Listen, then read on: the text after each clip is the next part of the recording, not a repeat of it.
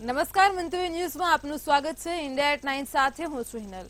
લોકસભા 2024ની ચૂંટણીને લઈને વડાપ્રધાન નરેન્દ્ર મોદી આજે યુપીના પ્રવાસે છે અને ત્યારે યુપીના લાલગંજ આઝમગઢમાં તેમણે સભાને સંબોધિત કરી હતી। ત્યારે સીએએને લઈને નરેન્દ્ર મોદીએ વિપક્ષ પર પ્રહારો કર્યા હતા। વધુમાં તેમણે સીએએને મોદીની ગેરંટી ગણાવી હતી અને સ્પષ્ટ કરતા કહ્યું કે દેશ વિદેશમાંથી ગમે તેટલું બળ ભેગું કરવું હોય તેટલું કરી લો, હું પણ મેદાનમાં છું, તમે પણ મેદાનમાં છો, તમે સીએએને નહીં હટાવી શકો। વધુમાં વિપક્ષ પર શું પ્રહારો કર્યા તે પણ સાંભળો। लेकिन यहाँ सपा, कांग्रेस और इंडी गठबंधन वालों ने इनके साथ क्या किया? इन्होंने सीएए के नाम पर ऐसा झूठ का पहाड़ खड़ा कर दिया, ऐसा झूठ चलाया। सपा कांग्रेस जैसे दलों ने यूपी सहित पूरे देश को दंगों की आग में झोंकने का भरपूर प्रयास किया।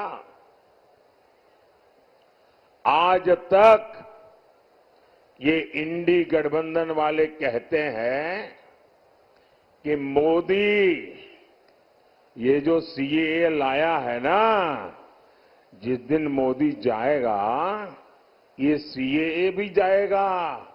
भाइयों बहनों, क्या इस देश में अब कोई माई का लाल पैदा हुआ है जो सीएए को खत्म कर सके?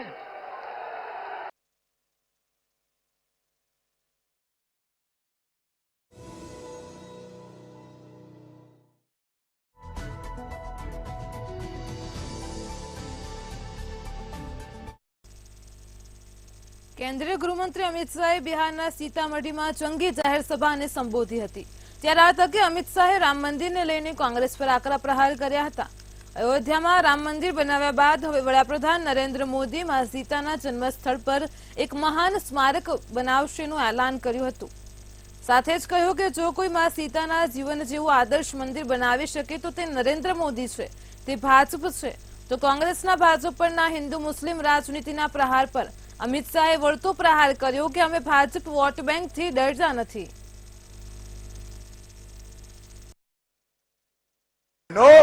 हम भारतीय जनता पार्टी वाले वो वोट बैंक से नहीं डरते हैं। मोदी जी ने अयोध्या में रामलल्ला का मंदिर बनाया, एक काम पूरा हुआ, अब काम बाकी है मां सीता की जन्मभूमि पर महान स्मारक बनाने का काम।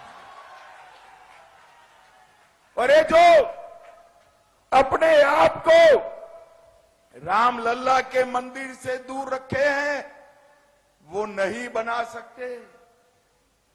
सीता माता का भव्य, उनके त्याग, समर्पण, तपस्या और आदर्श पूरे देश की महिलाओं के रखने वाले जीवन का इनके अनुरूप स्मारक अगर कोई बना सकता है, मंदिर कोई बना सकता है तो नरेंद्र मोदी और भारतीय जनता पार्टी।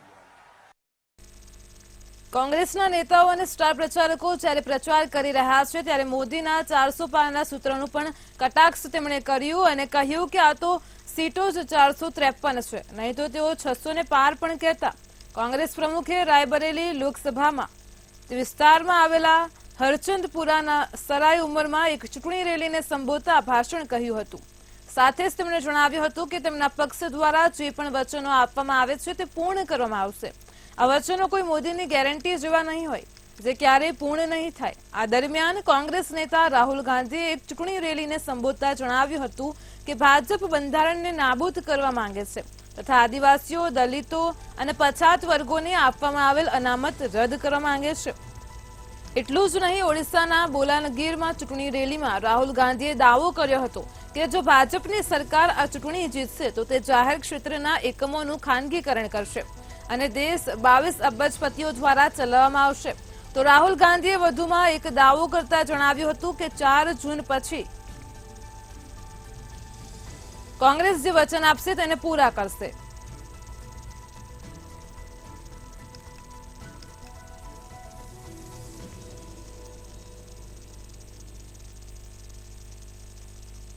ઉત્તર પ્રદેશના રાયબરેલીમાં એક ચૂંટણી રેલીને સંબોધતા કોંગ્રેસ નેતા પ્રિયંકા ગાંધીએ કહ્યું, અમે છેલ્લા 10 વર્ષમાં પીએમને જનતાની વચ્ચે જોયા નથી.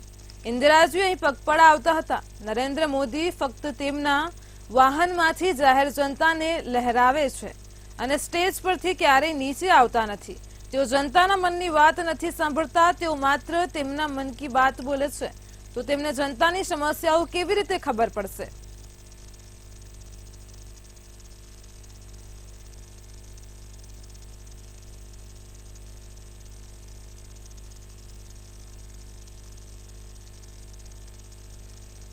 લોકસભાની ચૂંટણીમાં નામાંકન કર્યા બાદ તમામ દિગ્ગજ નેતાઓની આવક અને સંપત્તિ બહાર આવી છે અને તેમાં કેટલાક ચોંકાવનારા આંકડાઓ પણ સામે આવ્યા છે. આંકડાઓ પ્રમાણે રાહુલ ગાંધીની વાર્ષિક આવક નરેન્દ્ર મોદી કરતા લગભગ 4 ગણી વધારે છે.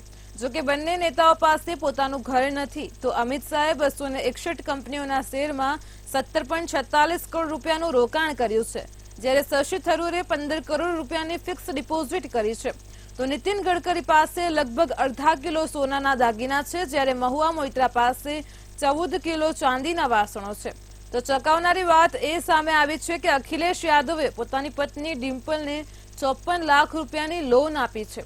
તો નરેન્દ્ર મોદી, સુપ્રિયા સુલે અને ઓમ બિરલા સામે કોઈ ફોજદારી કેસ નોંધાયેલો નથી, જ્યારે રાહુલ ગાંધી પર સૌથી વધુ 19 ગુનાહિત કેસ નોંધાયેલા છે.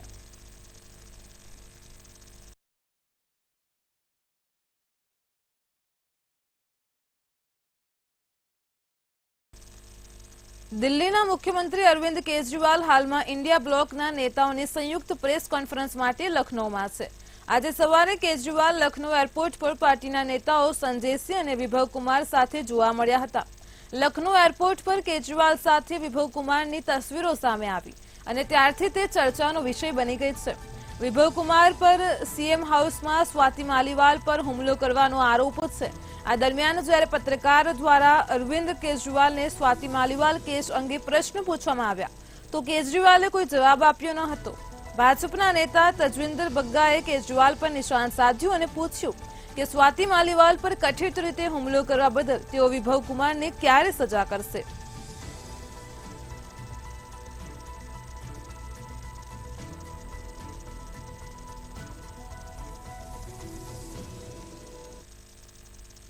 મમતા બેનર્જીએ સ્પષ્ટપણે કહ્યું હતું કે તેમનું સમર્થન બંગાળ કોંગ્રેસને નહીં પરંતુ દિલ્હીમાં ગઠબંધન સરકાર રચવા માટે હશે. ત્યારે મમતાના નિવેદન પર કોંગ્રેસના સાંસદ અધીર રંજન ચૌધરીએ કહ્યું કે મને પશ્ચિમ બંગાળના મુખ્યમંત્રી મમતા બેનર્જી પર વિશ્વાસ નથી. તે ઇન્ડિયા બ્લોક છોડીને ભાગી ગઈ. તે ભવિષ્યમાં પણ ગઠબંધન છોડી શકે છે. જો ભાજપ મજબૂત રહેશે તો મમતા પણ તેમની તરફ જઈ શકે છે. મમતા પહેલા કોંગ્રેસને ખતમ કરવાની વાત કરતી હતી. તે કહેતી હતી કે કોંગ્રેસને 40 થી વધુ બેઠકો નહીં મળે. હવે તે કહી રહી છે કે તે ઇન્ડિયાને સમર્થન કરશે.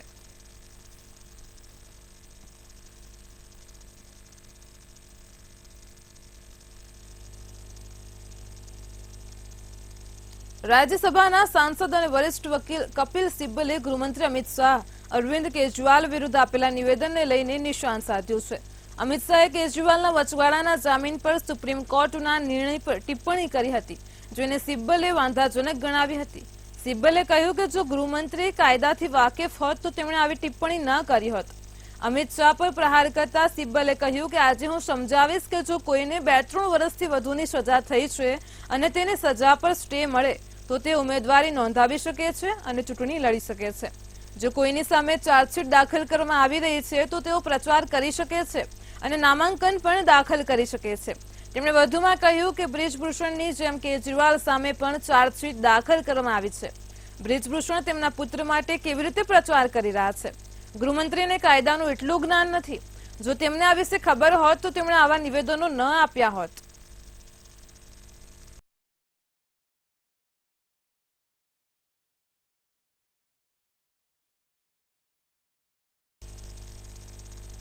ઝારખંડના રાંચીમાં આસામના મુખ્યમંત્રી હિમંતા બિસ્વા શર્માએ કહ્યું કે ભારતના બંધારણ મુજબ સમગ્ર જમ્મુ કાશ્મીર આપણું છે.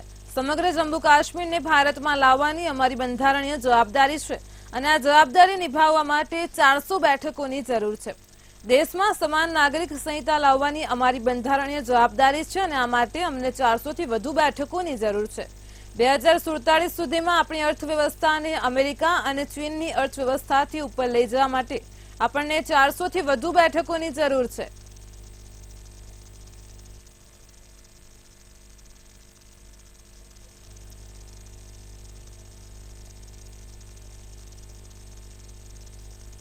બિહારના પૂર્વ ઉપમુખ્યમંત્રી અને આરજેડી નેતા તેજસ્વી યાદવે કહ્યું કે 4 તબક્કાની ચૂંટણી પૂરી થઈ ગઈ છે, પરંતુ વડાપ્રધાને ગરીબી, બેરોજગારી અને મોંઘવારી અંગે હજુ સુધી એક શબ્દ પણ કહ્યો નથી. તેમણે ન તો બિહાર માટે કંઈ કહ્યું, ન બિહારને વિશેષ રાજ્ય બનાવવા માટે કંઈ કહ્યું.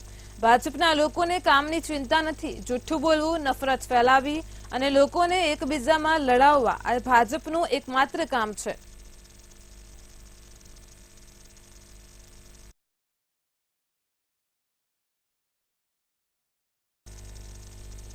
પીએમ મોદીએ બુધવારે મહારાષ્ટ્રના ડિંડોરીમાં કહ્યું હતું કે નકલી શિવસેના અને નકલી રાષ્ટ્રવાદી પાર્ટીનું કોંગ્રેસ સાથે વિલય નિશ્ચિત છે.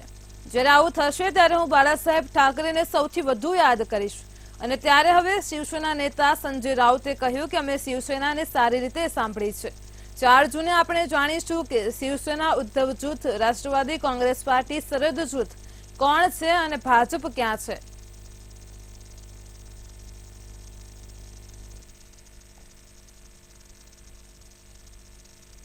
વર્ષ 2013માં મધ્યપ્રદેશના રાજકારણમાં મોટા રાજકીય પક્ષ પરિવર્તનોની શરૂઆત થઈ અને આ સિલસિલો હજુ પણ ચાલુ છે. 2013માં જ્યારે કોંગ્રેસ વિધાનસભામાં સરકાર સામે અવિશ્વાસ પ્રસ્તાવ લાવી હતી ત્યારે તત્કાલીન વિપક્ષના ઉપનેતા ચૌધરી રાકેશજી ભાજપમાં જોડાયા હતા. આ પછી અવિશ્વાસ પ્રસ્તાવ પડ્યો હતો અને આ પછી લગભગ 35 ધારાસભ્યો ભાજપમાં જોડાયા છે. ત્યારે પીસીસી ચીફ જીતુ પટવારીએ આ નેતાઓ વિશે ટ્વીટ કર્યું છે અને લખ્યું છે કે સત્ય માત્ર એ છે કે છેલ્લા 10 વર્ષમાં કોંગ્રેસના 35 ધારાસભ્યો કોંગ્રેસ છોડીને ભાજપમાં જોડાયા હતા, પરંતુ તેમાંથી 22ની રાજકીય સફર લગભગ વિસ્મૃતિમાં જતી રહી છે. મોટાભાગના નેતાઓ કાં તો ચૂંટણી હારી ગયા અથવા તો ટિકિટ ન મળી. આ 35 નેતાઓમાં હાલ માત્ર 9 ધારાસભ્યો છે અને તેમાંથી માત્ર 4 જ મંત્રી પદ સુધી પહોંચી શક્યા છે.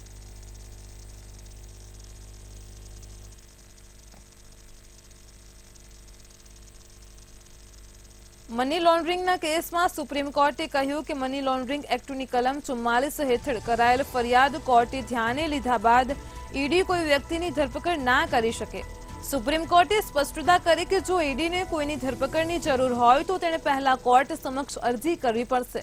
તેના પછી કોર્ટ કસ્ટડીમાં પૂછપરછની જરૂરિયાતના કારણો વિશે જાણશે અને જો સંતુષ્ટ થશે તો ફક્ત એકવાર આરોપીની કસ્ટડી આપી શકે છે.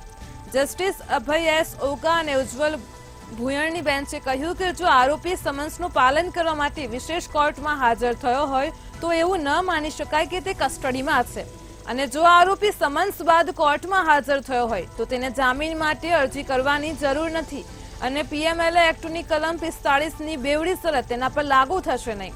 આ ઉપરાંત બેન્ચે કહ્યું કે આરોપીને કોર્ટ દ્વારા સમન્સ પાઠવી શકાય છે, પરંતુ તેણે તેની મુક્તિ માટે જામીનની શરતો પૂરી કરવી પડશે. જો ઈડી ફરિયાદ દાખલ થાય ત્યાં સુધી આરોપીની ધરપકડ ન કરે તો કોર્ટે કલમ 44 હેઠળ ફરિયાદનું સંજ્ઞાન લેવું જોઈએ અને આરોપીને વોરંટ નહીં પણ સમન્સ જારી કરવું જોઈએ.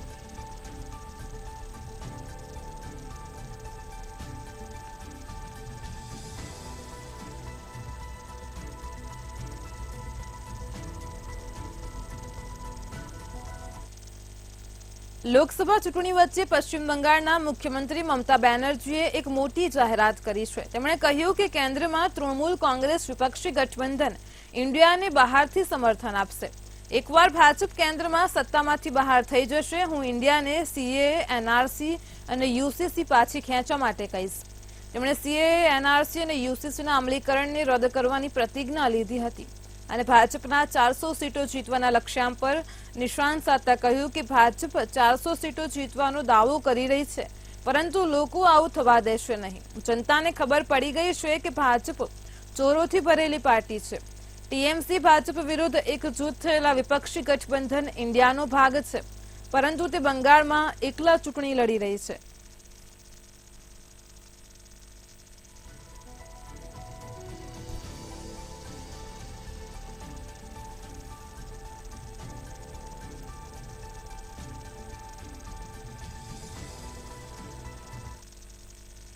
ભારતીય હવામાન વિભાગે જણાવ્યું હતું કે દક્ષિણ પશ્ચિમ ચોમાસું 31 મેની આસપાસ કેરળના દરિયાકાંઠે પહોંચવાની ધારણા છે. દક્ષિણ પશ્ચિમ ચોમાસું સામાન્ય રીતે 1 જૂને કેરળમાં પ્રવેશે છે અને આ પછી તે ઉત્તર તરફ આગળ વધે છે અને 15 જુલાઈની આસપાસ સમગ્ર દેશને આવરી લે છે. તો ચોમાસાની વાસ્તવિક શરૂઆત 27 મેથી 4 જૂનની વચ્ચે થવાની સંભાવના છે. ભારતીય હવામાન વિભાગે 2024માં ચોમાસામાં સામાન્ય કરતાં વધુ વરસાદની આગાહી કરી છે અને જે દેશના કૃષિ ક્ષેત્ર માટે સારા સમાચાર છે. તો આ વર્ષે સરેરાશ 106% વરસાદ થવાની ધારણા છે. ચોમાસું 22 રાજ્યોમાંથી પસાર થશે અને અંતે રાજસ્થાન પહોંચશે, જ્યારે ગુજરાતમાં 19 થી 23 જૂન સુધી ચોમાસાનું આગમન થશે. તો ગરમીથી હવે છુટકારો મળશે. આ વખતે સામાન્ય કરતાં વધુ વરસાદ પડશે. ગરમીથી ટૂંક સમયમાં જ રાહત મળશે. આ વર્ષે સરેરાશ 106% વરસાદ થવાની ધારણા છે. મે મહિનાથી જ અંત સુધીમાં જ્યારે કેરળમાં ચોમાસું પ્રવેશ કરતો હોય છે ત્યારે કેરળના દરિયાકાંઠે પહોંચવાની 31 મે સુધીની ધારણા છે. તો દિલ્હીના મુખ્યમંત્રી અરવિંદ આ વખતે સામાન્ય કરતાં વધુ વરસાદ પડશે. ગરમીથી ટૂંક સમયમાં જ રાહત મળશે. તો હવામાન વિભાગે આગાહી કરી છે તે અનુસાર મે મહિનાથી ભારતમાં ચોમાસું જોવા મળશે. ચોમાસું કેરળના દરિયાકાંઠે પહોંચવાની ધારણા છે. તો કયા રાજ્યમાં ક્યારે ચોમાસું આવશે તેની વાત કરીએ તો કેરળમાં 1 થી 3 જૂન સુધી ચોમાસું આવી શકે છે. આંધ્રપ્રદેશમાં 4 થી 11 જૂન સુધી આવી શકે છે. કર્ણાટકમાં 3 થી 8 જૂન સુધી ચોમાસું આવી જશે. લોકોને ગરમીથી રાહત મળશે. તો બિહારમાં 13 થી 18 જૂન સુધી ચોમાસું પ્રવેશી શકે છે. ઝારખંડની વાત કરીએ તો 13 થી 17 જૂન સુધીમાં ચોમાસા જેવો માહોલ જોવા મળશે. તો પશ્ચિમ બંગાળમાં 7 થી 13 જૂન સુધી ચોમાસા જેવો માહોલ ઉભો થશે. છત્તીસગઢમાં 13 થી 17 જૂન સુધી વરસાદી ઝાપટાઓ જોવા મળશે. વાત કરીએ ગુજરાતની તો ગુજરાતમાં 19 થી 30 જૂન સુધી હવામાન વિભાગે આગાહી કરી છે કે વરસાદી વાતાવરણ ઊભું થશે. આ સાથે જ મહારાષ્ટ્રમાં 9 થી 16 જૂન સુધીમાં ચોમાસું આવી શકે છે. તો ગોવામાં 5મી જૂનની આસપાસના સમયગાળામાં વરસાદી માહોલ ઊભો થશે. કયા રાજ્યમાં ક્યારે ચોમાસું આવશે તેની વાત કરી રહ્યા છે. ઓડિશાની વાત કરીએ તો 11 થી 16 જૂન સુધીમાં વરસાદી માહોલ જોવા મળશે. લોકોને ગરમીથી રાહત મળશે. તો ઉત્તરાખંડમાં 20 થી 28 જૂન સુધી વરસાદી માહોલ જોવા મળશે. હિમાચલ પ્રદેશમાં 22મી જૂને વરસાદી માહોલ ઉભો થશે. તો લડાખ અને જમ્મુ કાશ્મીરની તરફ 22 થી 29 જૂન દરમિયાન દરિયાકાંઠેથી ચોમાસું પ્રવેશ કરશે. તો દિલ્હીમાં 27 જૂને ચોમાસાની શરૂઆત થશે. પંજાબમાં 26 જૂનથી 1 જુલાઈ સુધી વરસાદી માહોલ રહેશે. હરિયાણામાં 27 જૂનથી 3 જુલાઈ સુધીમાં વરસાદી ઝાપટા આવશે. તો ચંદીગઢમાં 28 જૂનથી ચોમાસાની ભવ્ય શરૂઆત થશે. રાજસ્થાનમાં 25 જૂનથી 6 જુલાઈ સુધીનો સમયગાળાની હવામાન વિભાગે આગાહી કરી છે. તો કેરળમાં 1 થી 3 જૂન સુધી ચોમાસું જોવા મળશે. તમિલનાડુમાં 1 થી 5 જૂન સુધીમાં ચોમાસું જેવું વાતાવરણ જોવા મળશે. તો આંધ્રપ્રદેશમાં 4 થી 11 જૂન સુધી વરસાદી માહોલ ઉભો થશે. સમગ્ર દેશમાં કઈ તારીખની અંદર કયા રાજ્યમાં ક્યારે ચોમાસું આવશે તેને લઈને હવામાન વિભાગે આગાહી કરી છે. જૂનથી જુલાઈના સમયગાળામાં ચોમાસું માહોલ જોવા મળશે.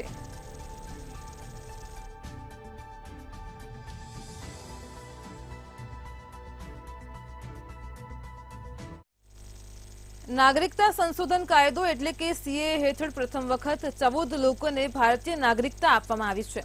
આ માહિતી ગૃહ મંત્રાલયે આપી હતી. નાગરિકતા નિયમો 2024ના નોટિફિકેશન પછી નાગરિકતા પ્રમાણપત્રોનો પ્રથમ સેટ જારી કરવામાં આવ્યો હતો. કેન્દ્રીય ગૃહ સચિવ અજય કુમાર ભલ્લાએ આજે નવી દિલ્હીમાં કેટલાક અરજદારોને નાગરિકતાના પ્રમાણપત્રો એનાયત કર્યા હતા. ગૃહ સચિવે અરજદારોને અભિનંદન પાઠવ્યા હતા અને નાગરિકતા સુધારા નિયમો 2024ની મુખ્ય લાક્ષણિકતાઓ પર પ્રકાશ પાડ્યો હતો. ઇન્ટરેક્ટિવ સેશન દરમિયાન secretary post, director, registrar general of India અને વરિષ્ઠ અધિકારીઓ પણ ત્યારે ઉપસ્થિત રહ્યા હતા. જિલ્લા કક્ષાની સમિતિઓએ દસ્તાવેજોની સફળતાપૂર્વક ચકાસણી કર્યા પછી અરજદારો પ્રત્યે નિષ્ઠાના શપથ લેવડાવ્યા છે. ઉલ્લેખનીય છે કે કેન્દ્ર સરકારે 11 માર્ચ 2024ના રોજ દેશભરમાં સીએ લાગુ કર્યો હતો. તો સીએ હેઠળ 31 ડિસેમ્બર 2014 પહેલા પાકિસ્તાન, બાંગ્લાદેશ અને અફઘાનિસ્તાનથી આવેલા બિન મુસ્લિમ શરણાર્થીઓને નાગરિકતા આપવાની જોગવાઈ છે. તો નાગરિકતા સંશોધન બિલ 10 ડિસેમ્બર 2019ના રોજ લોકસભામાં અને બીજા દિવસે રાજ્યસભામાં પસાર થયું હતું. 12 ડિસેમ્બર 2019ના રોજ રાષ્ટ્રપતિ રામનાથ કોવિંદની મંજૂરી મળ્યા બાદ સીએ કાયદો બન્યો હતો અને ત્યારે સીએથી 14 શરણાર્થીઓને પહેલીવાર ભારતીય નાગરિકતા આપવામાં આવી છે.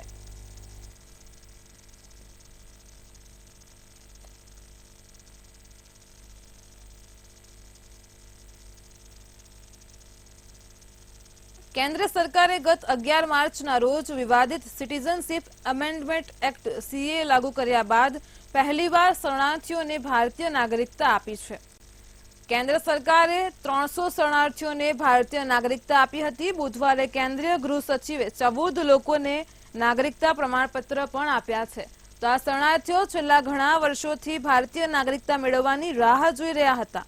સરકાર દ્વારા અરજદારોના મૂળ દેશનો ખુલાસો પણ કરવામાં આવ્યો નથી, પરંતુ મોટાભાગના અરજદારો પાકિસ્તાનથી આવેલા હિન્દુ છે.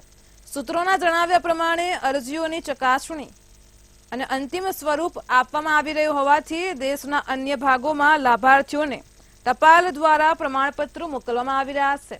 તો ભારતમાં કાયદેસર રીતે પ્રવેશેલા મોટા ભાગના પાકિસ્તાની હિન્દુઓ એ ગુજરાત, છત્તીસગઢ, રાજસ્થાન, હરિયાણા, પંજાબ અને દિલ્હીમાં રહે છે.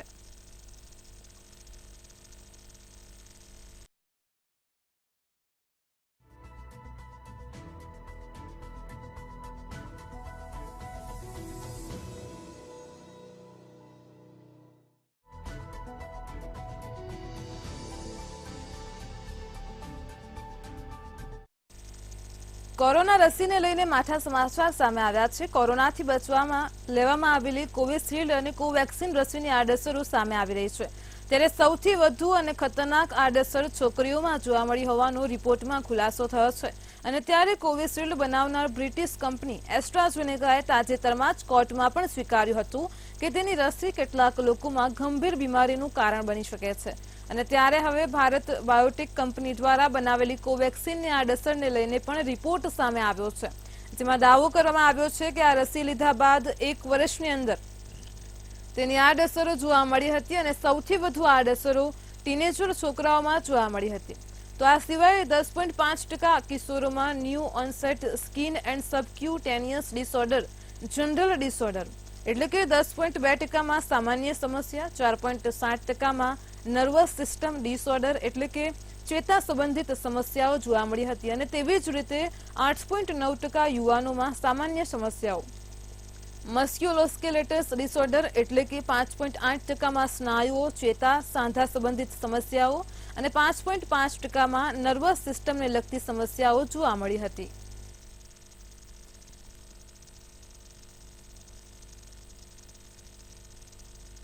મે મહિનાને 15 દિવસ વીતી ગયા છે અને હાલમાં દેશના મોટાભાગના વિસ્તારોમાં આકરી ગરમી પડી રહી છે. હવામાન વિભાગના જણાવ્યા અનુસાર 16 મેના રોજ પંજાબ, હરિયાણા, પશ્ચિમ રાજસ્થાન, ગુજરાત અને ગોવામાં ગરમીનું મોજું ચાલુ રહેશે અને તે જ સમયે તમિલનાડુ અને પોંડિચેરીમાં ભારે વરસાદની સંભાવના છે. આ સિવાય કર્ણાટકમાં 50 થી 60 કિલોમીટર પ્રતિ કલાકની ઝડપે તોફાન અને ભારે વરસાદની સંભાવના છે. તો 18 મેના રોજ આ ઉનાળાની સિઝનમાં દિલ્હીમાં પહેલીવાર હીટવેવ આવવાની પણ સંભાવના છે. તો તે જ સમયે આ અઠવાડિયે દિલ્હીમાં દિવસનું તાપમાન 45 ડિગ્રી સુધી પહોંચી શકે છે. દિલ્હીમાં કાળઝાળ ગરમી વચ્ચે જોરદાર પવનો ચાલુ રહેશે. આઈએમડી અનુસાર આ સમગ્ર સપ્તાહમાં દિલ્હીનું મહત્તમ તાપમાન 43 થી 45 ડિગ્રી સેલ્સિયસની વચ્ચે રહેવાની સંભાવના છે. લઘુત્તમ તાપમાન 24 થી 26 ડિગ્રી સેલ્સિયસની વચ્ચે રહેવાની શક્યતા છે.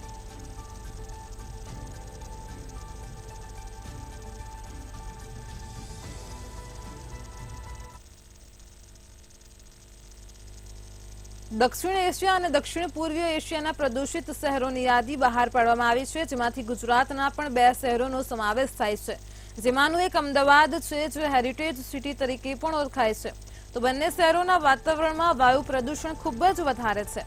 વાયુ પ્રદૂષણના કારણે થતા મોતના આંકડાઓમાં પણ અમદાવાદ શહેરનું નામ ઘણું આગળ છે. WHO પ્રમાણે અમદાવાદમાં પ્રદૂષણનું પ્રમાણ ઘણું વધી ચૂક્યું છે. જોકે અમદાવાદમાં એલિસ બ્રિજ, નમો સ્ટેડિયમ જેવા વિસ્તારોમાં પોલ્યુશન મોનિટરિંગ સ્ક્રીન મૂકવામાં આવ્યા છે. છતાં પણ પોલ્યુશનને નિયંત્રિત કરવાના કોઈ ઠોસ પગલાં કારગર નીવડ્યા નથી. આમ તો અમદાવાદના તમામ વિસ્તારો પ્રદૂષણથી પ્રભાવિત છે. ખાસ કરીને એસજી હાઈવે, સીજી રોડ, આશ્રમ રોડ, કોટ વિસ્તાર, પૂર્વ વિસ્તાર પ્રદૂષણથી બમણા લેવલે પ્રભાવિત છે. સાંજે 4 વાગ્યા પછીનું પ્રદૂષણનું લેવલ એટલું વધી જાય છે, આરોગ્ય સંસ્થા પણ તેની નોંધ લઈ રહી છે. Hansol, Chandkheda, રાયખડમાં air quality index 120થી આગળ છે અને જે સંવેદનશીલ શરીર ધરાવતા લોકો માટે નુકસાનકારક છે. તો પ્રદૂષણના કારણે વધતા PM 2.5ના કણો આખા શરીરને નુકસાન કરે છે અને જેના કારણે દક્ષિણ અને પૂર્વીય એશિયામાં લાખો લોકો પ્રદૂષણના કારણે વહેલા મૃત્યુ પામે છે.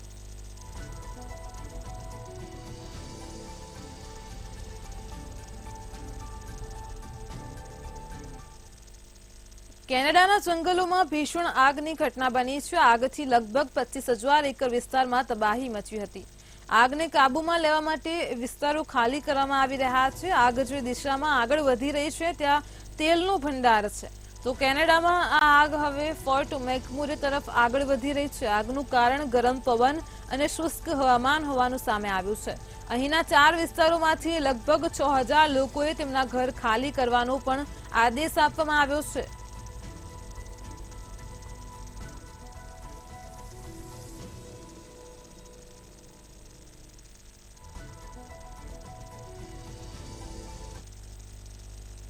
India@9 માં હાલ આટલું જ. વધુ સમાચાર માટે જોતા રહો મંતવ્ય ન્યૂઝ. નમસ્કાર.